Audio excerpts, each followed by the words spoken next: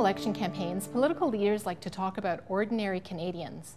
They easily trot out the cliches about the struggles of Canadian families, single moms, immigrants, factory workers, and seniors.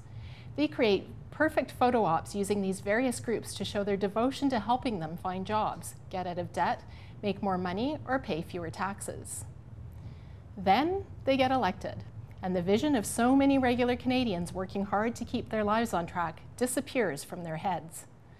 They have real work to do: fix the economy, keep Toronto, Ontario, or Canada on track, save money, balance budgets, call in experts to trim the fat.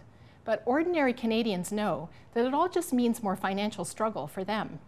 More work for less money, or for many, no work at all. I recently attended a brainstorming session for independent workers to come up with ideas and solutions for income and job security. We wanted to see if we could think up any ways to help our governments understand our precarious work situations and throw us a bone toward helping us. Although this meeting was designed for indie workers, I was surprised to see many unemployed and underemployed people showing up.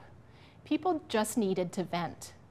They wanted to tell their layoff stories of lost benefits and pension plans, to air their job search frustrations. They were worried about aging out of their industries, about no longer earning a living wage. They talked about their descent into the realm of the working poor. It became apparent that many of us are hurting in this economy. And what a relief it was to be able to say that out loud to the kindred in the room. More than one story I heard that night brought tears to my eyes, not just because of empathy for them, but because I could relate.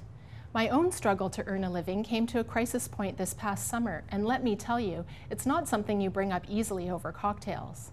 That's if you can even afford to leave your house. At the event, one man talked about how the US housing decline had ruined his lumber industry business. A woman who'd raised a family on a minimum retail wage talked about not having enough money or energy left at the end of each week. Another discussed her downward spiral from successful real estate broker to welfare recipient. These tales of woes aren't just happening in pockets of underprivileged communities in Canada. The shrinking middle class was on full display in the packed room. People are shocked to find themselves visiting social services offices, filling out EI claims, and wringing their hands trying to figure out ways to move forward. But it's hard to look for work when you feel demoralized, disenfranchised, and redundant. I left feeling better about my situation and worse for us all. As I hear details of the Drummond report, I think about that room full of people worrying about their futures. It's hard to get behind so-called austerity measures when so many people are hurting. Yes, we need to cut deficits and find efficiencies, but we also need to keep ourselves afloat and healthy.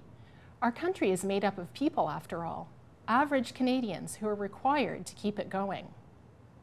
For The Agenda with Steve Paikin, I'm Carla Lucchetta. Support Ontario's public television. Donate at tvo.org.